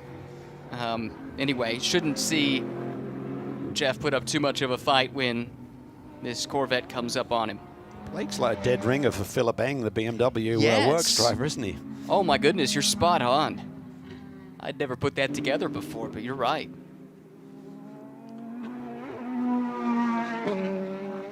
Could be celebrating in victory lane as things are going. 30 minutes to go. Still plenty of time for any number of crazy things to happen, of course. Looks like Flying Lizard is giving up the ghost here with Andy Lee shown back in the pit lane. That car had the throttle issue with Elias Sabo driving. That'll be frustrating because they had good pace. Yeah, they really got to use this as a test session, get the car sorted for tomorrow right now, and use the time on the board, 30 minutes left, to see if they can work through some things. A lap ago, Tom Sargent got around Darren Turner. Now he's pulled alongside Ross West, and whoa, little side draft. Oh, more than just a side draft. Contact between the two. I might have seen Aaron's hand out the window, making Tom know how he feels. Quite clear. Yeah, I think it's Paul Vallejo behind the wheel now, but nonetheless, quite right. The Corvette giving him a run for his money, but he has been dynamite. Tom Sargent, as you said, got promoted to that Porsche Select Driver program this week, along with a couple of others who compete in our championships on a regular basis. So Fun times, good times for this young man who's really displayed enormous talent since we saw him. I think it was the Indy 8 airbag in 2023, right, for the first time. Yeah, it comes from single make Porsche racing. Did Carrera Cup that year here in North America and has been hooked up with GMG and Kyle Washington the last couple years. It's been a fruitful pairing. They won in class at VIR last year and could be in for a really strong result in this race. That pass was for 4th, and with the way things are shaping up, that could be good enough to get them in podium contention before it's all said and done. Bit deeper in this Pro-Am class, we're looking at the leader-elect here with the 10 seconds that'll be added to Burton, but just deeper down, Foley, he's just not really running lap times that are going to threaten the gap that Matt Bell has on him that was really established by his teammates we talked about earlier. Bell maybe a lap or so away, possibly less, from making the pass on the road of Jeff Burton for the lead in Pro-Am. Some reports that there could be some sprinkles around the track. It's a huge facility, of course. How quickly does the rain come down here, Ryan? Well, Calvin, I'm here to tell you that if you were foolish enough to not check the weather forecast and go for a run around the track, by the time from turn 1 to turn 2, There's some frogs that just came at your sneakers as you're talking. Yeah, turn 1 to turn 2, you can go from bone dry to soaked. That's about as long as it takes. Came down. I tell you what. It is raining. I've got admiration for you to continue through that downpour, but you're right, there is a little precipitation out on the racetrack drivers are dealing with. Now that was in the forecast, a chance of a pop-up shower here or there. Amanda says nothing in the pit lane yet, and if you were with us for our touring car coverage yesterday, you'll recall half of the track was absolutely soaked from a pre-race shower for race 1 for TC America yesterday. The other track was as dry as could be, or the other half of the track was dry as could be. Makes it a big real racetrack challenge. here. It covers a lot of territory, so it's very easy to have happen. Shouldn't really threaten these drivers. The tires are hot. Now this is the battle for real in terms of that track position. Despite the 10-second penalty, you know that Bell just wants to ease his way by here, Jeff Burton, without any issues. Being super patient. He knows the situation. Team will have told him. Jeff also was aware of it, I'm sure. Now Matt Bell takes the lead on track. Not going to simply rely on that time penalty that's coming in, and Jeff Burton will continue to pedal away, trying to mitigate the damage. Some reports of rain now from the pit lane. There is, again, like McDonald watching on, thinking about what this could mean if things continue as they run. 26 minutes, though, still to go, and Mother Nature may yet have a part to play. Yeah, when you got track position, it's like having a fast car and suddenly there's a qualifying session and the track conditions change. That's not ideal. So for Matt Bell and DXDT, they don't need any curveballs. They got the track position. They've set the table nicely for the day. Same for this team, JMF going for their second victory out of 3. But amazing on their debut season. They wouldn't win the race as it runs. The lead has come down under 1.7 seconds. This is another car with a post-race time penalty coming their way of roughly 1.7 seconds, I think it was. And DeFilippi is within that window. So the car that started last after their qualifying times were disallowed, Kenton Cook got it all started, gained 9 positions on the opening lap. And now Connor DeFilippi trying to finish it off from back to the front. Yeah, let's see what Grenier can do here, because he suddenly gapped him up to 2 seconds again, so maybe he's got a little left in the tank in terms of grip to play with. But it's awfully tight, within a few tenths when you add the penalty to this car right now for the lead. Going to be fascinating to watch. The last thing Mikael Grenier needs is a yellow to bunch the field up. First sector, Grenier about 500s quicker, so it's nip and tuck, certainly. Remarkable job that JMF has done coming to grips with the GT3 so quickly. Winning on debut, going for win number 2. Let's go down to Amanda in the pits. As Connor DeFilippi sets his sight on that 34 Mercedes, it was that race 2 in Sonoma where the yellow flag really helped out the Random Vandals team effort. They had a pit stop miscue during that race when Kenton Cook got out of that BMW at this race. All hands went in the air at the fabulous pit stop that they had here in this race. And I also want to add, when I was watching that pit stop, I did see Paul Sparta having a conversation with Bill Auberlen. He walked up to me afterwards and said no driver likes to hear what we had Bill pull over for Kitten in the first stint, but he understood. And that may end up being really important here, given the time that could have been lost for Kenton Cook and Connor DeFilippi. That ends up really mattering when we're talking about these little margins here, getting in within that 1.7 second window. I mean, that could be the race. Absolutely, and I think that's what Paul was talking about at the time. We've got to be thinking big picture here in terms of, is this positioning of the race cars right now going to affect the potential race victory today? So, great call by Paul. I'm not sure Bill Auberlen was totally into giving up that position, but he knew it is right there. He couldn't afford to get too aggressive.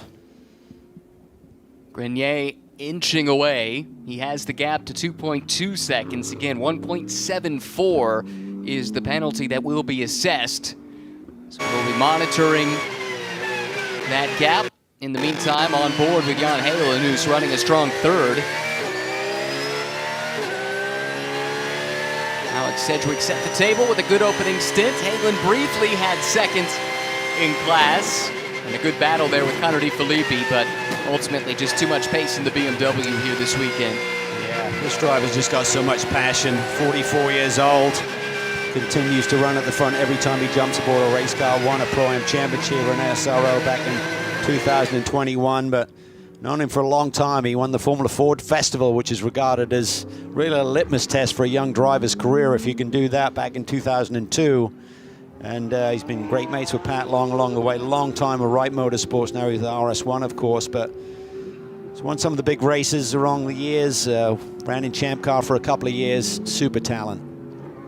Undoubtedly. 24-hour of Daytona winner, 12-hour of Sebring winner in class in 2022 and 2020 respectively. And he's married into the Petty racing family as well. Of NASCAR fame, that's right. Saw him several years ago sharing a car with his father-in-law, Charlie Luck. Sure Charlie's watching. Miss having you around the track. Plenty to cheer for this year with Jan Halen and the RS1 team. That gap you talked about, 1.74. A moment ago it was 1.66, which gives the lead to Connor DeFilippi. Now it's back up to 1.82 or 8.62, which gives the lead of the race back to Grenier. It won't go down in the record book as a lead change, but that's effectively what it is. And it happens, sector to sector almost. Jeff Burton falling now into the clutches of Robbie Foley, so he has dropped down the order a little bit. This is for second in Pro-Am on the road, but again, there is the penalty coming to the Burton car. And that is the championship leaders right behind him. Robbie Foley, along with his teammate Justin Rothberg, had a great win and a podium run at Sonoma to defend their championship victory from 2024. Exactly right. What a story that was, stealing the championship away at the Indy 8 Hour. Foley now at the highest top speeds. And look, your calculations have been done for you this time. Miles per hour, 164. You were spot on. Close enough.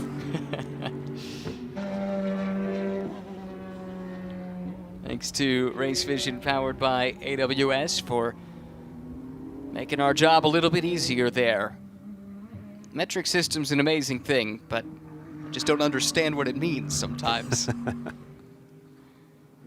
You just grab a different spanner. Under 20 minutes to go. Grenier leads, but only by 1.6 seconds now, so that would put DeFilippi to victory lane if he could stay within 1.7 seconds. If you're just joining us, the reason we're talking about this, the pit stop for the 34, the race leader was just slightly under the minimum, and consequently they have a minor but potentially very significant time penalty coming their way. So Mikael Grenier's job is to make sure the gap is not under 1.74 seconds at the checkered flag. Right now it is. So he needs to put his head down and try and build that margin. Yeah, and you know that's going to be a fierce mental battle between those two. May not be a fight on the racetrack. They may be able to maintain a bit of a gap, but that gap is the important thing. As you said, right now it swings De Filippi's way. And now it's back up to 2 seconds. It's back to Grenier as they cross the stripe. So it seems like he's got the advantage towards the end of the lap, which could be a factor as well. That's where it's going to be counted, at the stripe, of course. Yeah, very good point. Two really experienced pilots in their respective cars. De Filippi, longtime BMW factory driver. Mikael Grenier has the same status with Mercedes. Spent a number of years as a junior. Got the promotion a few years ago, at least as of 2024. Former Intercontinental GT Challenge Pro-Am champion. Also won a GT World Challenge Europe Endurance Cup silver title back in 2018. IMSA Endurance Cup champion in 2023. So plenty of hardware for the Canadian. And good to have him racing regularly stateside, or at least in North America more regularly, you know, over the last few years. So much of what he had done had been on the European circuit for many years. One of the great North American GT talents, I would say, of the last decade or so, but hardly ever got to see him at home until recently. Yeah, he's super quiet, young man, but so impressive. Just top professional. Just gets behind the wheel and gets the work done, but he's got a battle right now because De Filippi has really closed in on the Mercedes. That's as close as they've been. Gap is now down at 1.2 seconds. What does De Filippi do? If he gets to him, does he try and make the move for the lead, or does he recognize he's got that margin in hand? That'd be a good question for Paul Sparta. They've already orchestrated this race really well from the pit box. Well, you'd hate to have traffic, you know, sort of like play a part. You suddenly come up on a couple of cars last lap or so, and it gaps you to the point that you lose that penalty margin. Yeah, it crossed my mind. There are, of course, other cars from these manufacturers that are still running and maybe not having the best of days. We've seen some controversial team tactics this year in North American sports car racing, orchestrated by OEMs. Prefer to see that not factor in here today. Yeah, it can happen. We'll see. It's a battle for fourth on the road and overall. Matt Bella's been flying in this DXDT Chevy.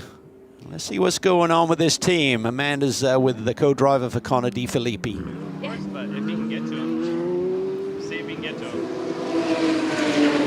Well, it was an all-team effort for Random Vandals here today, starting with Kenton Stent in the BMW as you watch along with Connor within that window now to take the overall lead. If it finished at this moment, what are your opinions? Well, I mean, it would suck to win like that. But yeah, it was a good fun in the first stint for sure. It was, thankfully, the yellow kind of bunched everything back up again. But yeah, it was one of the more fun things that I've done the last few years. So Connor's gonna hopefully keep it within the gap we need to be able to win it.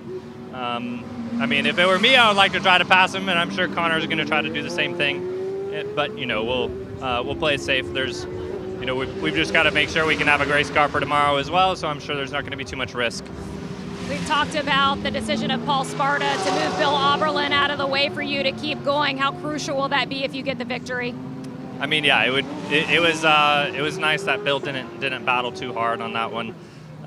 You know, as a racing driver, you always want to race, you know, and you know, there's going to be another time where Bill's going to be on my bumper and I'm going to return the favor immediately. So I'm thankful that he did, and he played it cool. I mean, the dude's a total pro. I mean, he's obviously been involved in motorsport for a couple of years.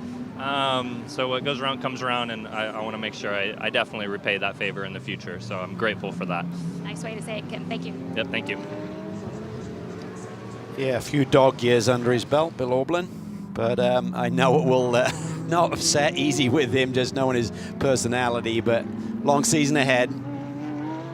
This is for third on the road in Pro-Am. Jeff Burton fighting tough. Tom Sargent hard on his heels. trying to take that Porsche up to the final step of the podium. Matt Bell, by the way, fastest driver on the track as Sargent scythes to the inside of Burton. They came very close, but Jeff opened the hands and left just enough room. And now they'll run side by side down the front straightaway with just inches between them. Here comes Sargent in the Porsche. Burton has to give way, but tell you what, decent pace for Jeff here up against these pros, still able to put up a really strong fight. Yeah, it's good to see. He doesn't just wave them by. He tries to hang in there and hang tough as long as he can. This is a little battle that's getting ever and ever tighter here. As we said, it's not for a class position. Corvette you're looking at, the number 11 as the Pro-Am lead. Right now that gap over Foley behind him is right around 10 seconds, vacillating between 9 and 10 seconds. I think for Bell, he'll recognize as long as Choxy's got the pace that he's displaying right now, it's not a huge issue for him to sit behind him either. No, the only thing is, if a caution were to come out, you'd love to have that out-of-class car as a buffer to your closest pursuer, so maybe Matt's thinking about that. Right now, he's in firm control over the class lead with 13 minutes and change on the clock. Michael Grenier not in firm control. Looks like maybe struggling with the handling as we get deeper into the stint because the gaps come down under a second, so well within the window for Connor DeFilippi. That's all he needs to do is hang tight right where he is, and the victory from 18th on the starting grid would be his. As Amanda said, they got help with the yellow at Sonoma a little bit, another one here today, and not only the yellow, but also with the fact those cars all came together up in turn one certainly made Kenton's task a little bit easier. If he had to battle his way through another 4 cars or whatever it was involved in that, ultimately that'll make that task even harder for Connor, his teammate, here in the second phase of the race. But on such things do championships turn, and things have broken the right way for Random Vandals here in the early part of the season. To their credit, they've been able to maximize it, even when they've had some setbacks. Here's Jay Schreibman running by his lonesome. Last remaining car in the M class after that lap 1 accident took out the Dollarhide Racing Mustang, which deprived us of its sonorous roar for 90 minutes today, but hope to see that car back out on track tomorrow. I spoke to Jay. He's got a bit of an issue with his leg after that incident that he had at Sonoma where he kind of missed the brake pedal and got on both pedals and you know, had that moment down in the final corner there, but he's fighting through it. He said, I'm not 100% and trying to determine what sort of surgery or whatever he may need to fix that little issue, so he's not running at 100% literally at the moment. Hate to hear that. Very enthusiastic about his racing, coming out of Ferrari Challenge. Made the big step into GT3 last year for a partial schedule, and is all locked in with the AF Corsa guys here for 2025. Great addition to the grid as Matt Bell continues to hound Varun Choksi, but just how much is he willing to risk for a position that doesn't pay any points? Yeah, they'll be monitoring the gap behind, obviously, but you know, to your point, if there was a late yellow and we got back to racing, Foley would be right on his tail. He'd love to have that kind of wingman of Choksi in between he and Robbie Foley.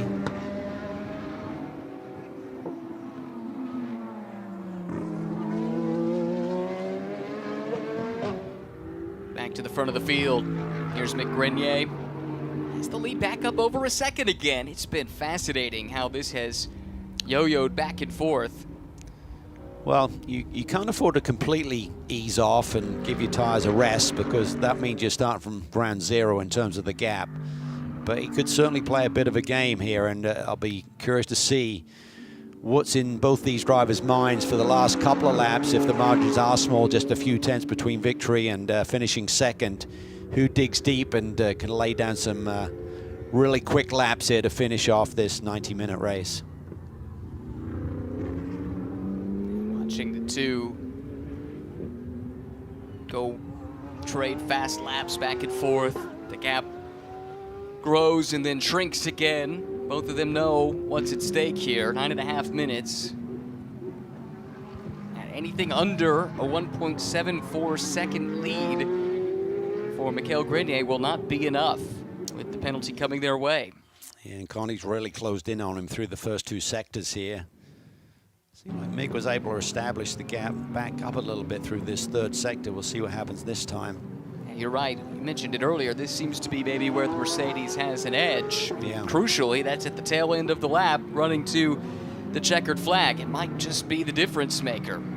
We'll find out in 9 minutes. Sometimes that can be car balance, it can be car ratio, gear ratios, how they're suited to through some of the lower speed corners versus just accelerating through the gears. It's back up to a second, so he's gained a couple of tenths here through this 3rd sector, so it definitely seems to be the favorite sector for Grenier compared to De Filippi, but Filippi's got it close enough. It won't really matter at this stage if he can keep it right there. Back to 1.3 seconds. Yeah, so that was like half a second. Yeah, that 3rd sector, there was almost half a second delta between the 2 drivers, so Connor's got to be aware of that. Here's something to think about. Track limits are policed there in turn 20. I don't know where they stand on their warnings. Yeah. But if he has one in hand, use it. He could just mail it through the final turn on the last lap, maybe, to try and build a margin. I don't know. But again, that might be out of the picture anyway, with depending on how many warnings that car has received already in the race. Unfortunately, not privy to that information. That is a potential tool at Mikaël Grenier's disposal. So again, you can see Connor just really eats into that gap there through the 1st sector. 2nd sector finishes down towards the brake zone for turn 12, which is upcoming.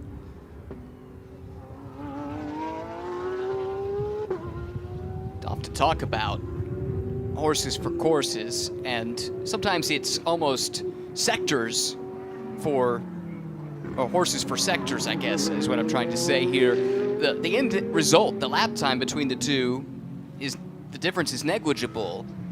But the way they go about getting that speed, as you can tell, based on the strengths and weaknesses around the track of the 2 cars, is vastly different. Yeah, I think if you looked at the 3 sectors here, certainly this 3rd sector that we're in right now is a lot more low speed corners. So, you know, torque off the corner versus the, the high horsepower that you're looking for and stretching your legs down the back straight away and up into turn 1 and not such an effect. So this is where the Mercedes seems to be really good. Use the curbs nicely as well, as you can see right there, exiting 19. So it was down to 0.5 of a second, it's now up to 0.7. Let's see how they finish the lap off. Do have some traffic up the road as well. I think that is Jay Schrodman. Yeah. Yeah, so Grenier seems to have about 4 to 5 tenths through sector 3, but Connor claws all of that margin up through sectors 1 and 2. We'll see if the traffic plays a part. Schrodman's been heads up to this point in the race and has been studious in making sure he's not interjecting himself in any of these class battles. As the only M-Class car still running, his job is just to get it to the finish line. Grenier would love for this to be the moment where that BMW, with just 5 minutes left on the board, suddenly has an issue getting around the Ferrari. That could be a real game changer here. Looks like Grenier's going to be close enough to get in before turn 11. I'm not sure about Connor. Really depends on what Jay wants to do. Here comes Grenier to the inside. He sends it. Yep, Connor's going to go up the inside as well, and Jay saw him coming. He did. Really good stuff. Yeah, I don't think there was much of a difference between the 2 leaders getting through that traffic there. 8 tenths of a second. It's the margin. Really, for Grenier, he needs up like 1.2, 1.3 as they finish sector 2, and then that might be enough for him to scramble through that final sector and eke it back out to that 1.7 plus seconds that he needs. Should also mention, Aaron Povoledo has caught and passed Jeff Burton for position in Pro-Am, and that has the Suez Povoledo Corvette up to 4th. And really solid run. Yeah, and as I say it, the car goes for a spin.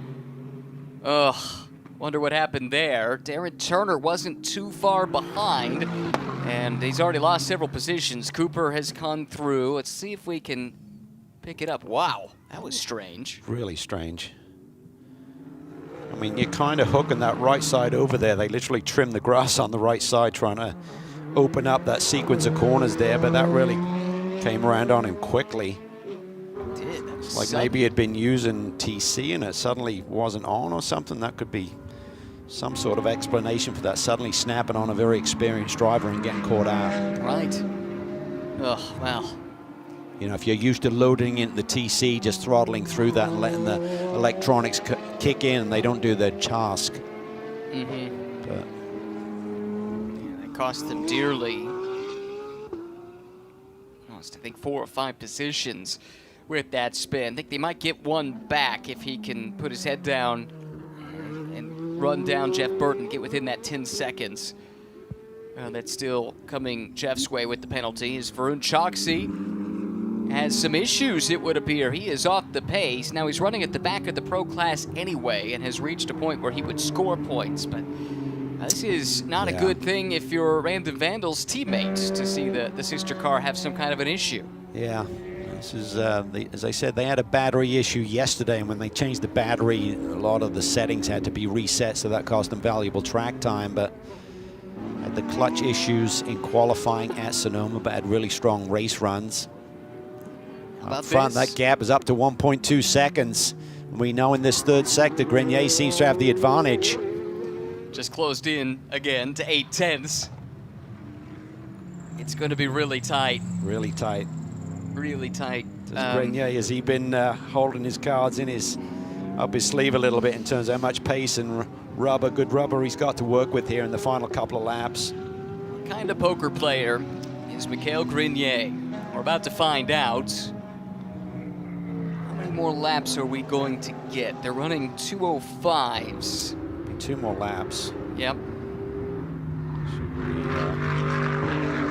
Let's back up to a second now. Yeah. Yes. Good news for Grenier is he's got 2 more full laps, so it should be white flag next time by, not this. Yes. So 2 laps. Just under 8 miles to settle this one. And again, if you're just joining us, the leading car has a 1.74 second penalty coming its way post-race. All Connor DeFilippi needs to do in the green BMW is stay within 1.74 seconds, and the win belongs to him, to Kitten Cook, to Random Vandals. Mikhail Grenier, on the other hand, needs to extend the lead beyond 1.74 seconds. And if he can do that, then he and Mackay Stevens will take home their second win of the season. And that's a fine margin. Just one little snap by Connor coming through a corner. Just to hesitate a little bit, that may be enough. He's got to stay disciplined here. Don't go beyond that threshold with the tire, and the car doesn't want to give it to you. So much experience, though, both of them. They should be able to handle their respective situations. As we've seen for the last 15-20 minutes that we've been tracking this, DeFilippi can get within about 8/10 each and every time through the first 2 sectors. Then Grenier is able to pull a bit of a gap, but crucially it's not enough to get to that 1.74 he needs to have in hand. Mackay Stevens placidly watching on, but I'm sure internally the heart's all aflutter, knowing what's at stake here. Yeah, and you think those small margins on the pit stops don't make a difference, but ultimately they do. We talked about a yellow compressing the field and taking a position away, or the win. And right here is what they're looking at. If they'd just been literally a 1/10 slower on their pit stop time, they'd have the track position and the lead, and we wouldn't be talking about what we've been talking about for the last half an hour or more. The team's execution in its debut weekend was about picture perfect. But there are going to be growing pains as they step up to the top level for the first time. There's the white flag. 1 lap to go. The gap at the line was 1.3 seconds. It is tight, but literally 4/10 is all that he needs. But Connor is not giving up. He's not giving that margin away right now. One mistake either way will settle this race. If it holds steady, the win goes to Random Vandals. The Canadian Mikhail Grenier. The American, Connor DeFilippi, with the Belgian Jan Halen running a distant third. Matt Bell looks primed to deliver the first win of the season for DXDT Racing in the Pro-Am class. Great opening stint from Blake McDonald. Matt Bell has done the rest. Robbie Foley running a solid second, and Tom Sargent, really good recovery after the first lap incident for GMG. They're up into third, but all eyes on this. Look at this, Grenier's gap. 1.4 seconds. That's like a quali lap here for Grenier, but he now got this straightaway that going to be like a Pac-Man here for that BMW, eating into that gap. This is where the BMW has excelled over the last 20 minutes. Connor DeFilippi needs to close in here because he knows Grenier is strong in the final sector. And he's further away. He's not picking up so much draft this time. He's going to close in a little bit. He's down to 1.2. We've seen on laps previously, Grenier's had about 4 to 5 tenths in this final sector. He needs 5. Can he get it? We're about to find out. Buckle up, final sector of the race. Mikhail Grenier by 1.2 seconds. It needs to be 1.74 or better for him to take the win. Final lap.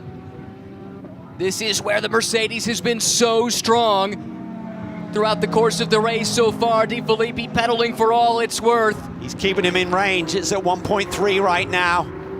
2 corners to go. What can Grenier do? You talk about the out of bounds. Does he force it here a little bit? Does he swing out wide here on his final exit of this corner? Mikhail Grenier through turn 20. He will take the checkered flag first, but we wait to see the gap at the line. DeFilippi comes across and snares the win by 1.5 tenths of a second. Wow.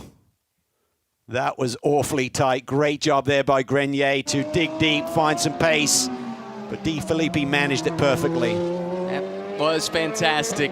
Here's the winner in the Pro-Am class. DXDT Racing returns to the site of their big triumph a year ago, and they take victory in Pro-Am with Matt Bell and Blake McDonald. Congratulations to the whole team. They have announced their presence as championship contenders. Last year's champions, Robbie Foley and Justin Rothberg, will take second. Tom Sargent crosses the line in third, down to Amanda. And the team just absolutely erupted at that finish. And Kenton, I saw you kind of perk up, look at the screen on the last lap. Are you breathing now? I'm breathing now, yeah, because it's been interesting watching, the ebb and flow of this whole last 20 minutes, because essentially you're racing for this gap, and we were stronger in the first 2 sectors, and the third sector of the Mercedes is quite good, and Connor made a small mistake in the middle sector, and I was like, oh man, I don't know if it's going to be enough, and man, he pulled it out on the final sector, so we were able to be within the gap and win the race, and the guys executed a very good race. The stop was perfect. So yeah, we'll continue this. Tomorrow's going to be another difficult race, but hopefully we can, you can't get hard charger if you don't start from the back. So, we'll go for another hard charger tomorrow, and hopefully we can get another good result. So thankful for the random vandals and BMW. I hope you guys can still hear the claps and the heck yes down here. Fun for these guys. Oh yeah, absolutely. Apologies for some of the language in the background there as well, but from the back of the grid, started 18th, didn't get down, just put their heads down and went to work. Yeah, amazing performance. The yellow helped certainly, but nonetheless you still got to dig deep, and as Kenan said, it looked like the margins were getting too tight there, but he just hung on. Hats off to both those drivers. They really executed great stints there. That final sector, Grenier only pulled away by, it was under 4 tenths. He needed 5 to be in the ballpark, and it just wasn't quite enough, but a thrilling duel to the finish, and it goes to show how important execution is in these races. A 1.7 second penalty, I mean, they were barely under in that pit stop, and that cost them a win. Yeah, basically just under 2 tenths, too fast on pit lane, and that cost them the win, as you called it. Well, big day as well for Turner, putting together a strong run to keep their championship bid in really strong footing. Here's a look at the winning pairings in the respective classes. Heard from Kenton Cook already. Connor DeFilippi got it done in that final stint. Blake McDonald, Matt Bell, congratulations to them and to DXDT. And how about AF Corsa in the AM class? Oz Negri, Jay Schreibman have a little more opposition coming their way tomorrow once the Mustang is repaired, but still, good job for them logging the laps. Look at the results at the line. This is adjusted to reflect those penalties. And so the big one, of course, was to JMF Motorsports, giving Random Vandals the overall win. Also had the post-race penalty coming to Jeff Burton and Philip Ellis, Regulator Racing. Still a solid run, all things considered, but that blend line infraction looks like cost them at least one position. They'll have to regroup and try again tomorrow. Another team that had a big penalty, of course, was the other AF Corsa car for the start infraction in Alam Kodair. Marcelo Hahn couldn't recover from that, but that car has shown really good pace this weekend. We'll see what they can do tomorrow in race 2. A couple of BMWs as well with some strife in that race. We heard about the throttle issue for Flying Lizard, reports of an intermittent power issue for Varun Choksi in the sister car to the winning car. So Random Vandals celebrating on one side of the garage, but they'll have to go to work on the other. Yeah, it's disappointment there. I mean, it really didn't cost them any points today, but nonetheless, you'd like a cleaner race than that. There's Paul Sparta in to congratulate his driver. Alberto Pena, team manager, to the right-hand side of the screen as well. There's Matt Bell climbing out of his Corvette. Time to celebrate. Fast lap as well for yes, the day. Exactly.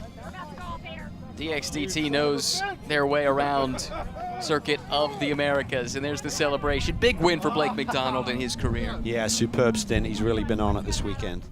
Seen it all throughout the course of the build-up to this race. Not at all surprised to see it play out in the race as well. I think we got a chance to hear at least from a couple of our class winners in Victory Lane with Amanda Busick. Blake, we were talking ahead of the race, and I was going to talk to you at the top of the grid, but you wanted to get saddled up into that Corvette, and we talked about what a success it was here last year for the Corvette, and now it's yours. How hard was it waiting on those last minutes to see that Corvette cross that finish line? Oh, that had to be the longest 40 minutes of my life. We were all biting our nails a little bit, but I couldn't be happier. We worked so hard for this. To bounce back from the way that Sonoma happened, it's the best. Matt, as you take it in as well, what a day for Corvette and first win for you guys. Why do you sync so well? I don't know, it's just kind of clicked. We're doing really well. Blake's doing a great job. You know, he had to be the lead. He had to be an 11-second lead, and I just had to just maintain it, really. It's hard. It's coming under some big pressure from the Robbie Foley guys, but over at Turner Motorsports. But thanks to everyone, DXCT, Blake, awesome team job. Congratulations to all the winners in race number 1. And race 2 comes your way tomorrow here from Circuit of the Americas in Austin, Texas. For the entire crew, thanks for joining us. We'll see you tomorrow for race 2.